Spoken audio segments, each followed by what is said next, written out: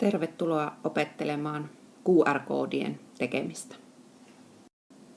Tässä käytän QR-koodien tekemiseen tällaista goqr.me-sivustoa.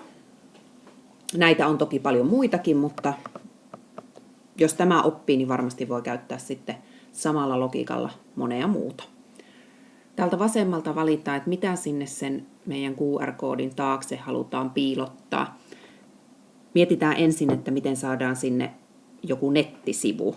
Silloin me valitaan tuolta tuo maapallon kuva ja klikataan sitä.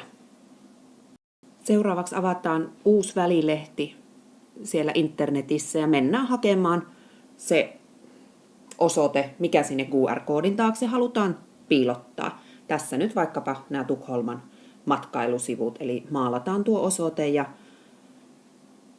kopioidaan se, onko se sitten hiiren oikealla näppäimellä ja sieltä kopioidaan tai iPadilla klikataan kahdesti ja siihen tulee se teksti kopioi.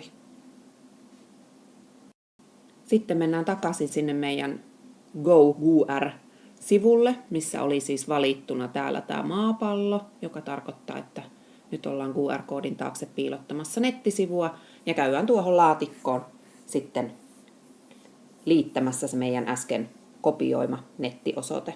Eli vaikkapa sitten se hiiren oikea näppäin ja liitä, taikka kuka sen milläkin systeemillä sitten sinne saa liimattua.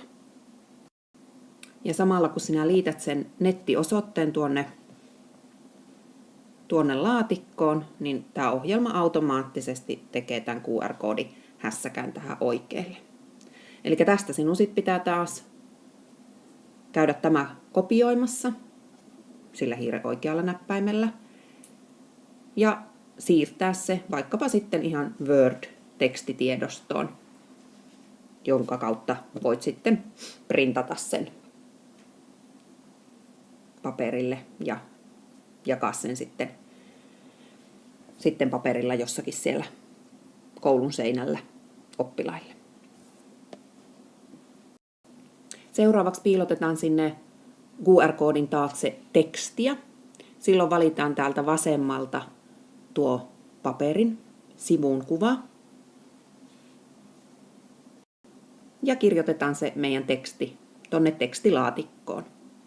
Tämä voi tietysti käydä myös, jos on joku vaikka valmis tekstitiedosto, jossakin Word-tiedosto, niin käydä vaikka sieltä kopioimassa sen ja liittää sitten tähän.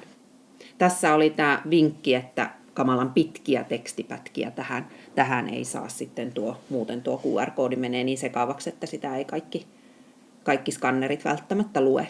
Ja samalla kun sinä kirjoitat sen oman tekstis tänne tekstilaatikkoon, niin tämä ohjelma automaattisesti luo tänne oikealle sen QR-koodin, jonka voit taas tuosta kopioida tuon kuvan ja siirtää sitten sinne Word-tekstitiedostoon ja sitä kautta taas kopioida paperille.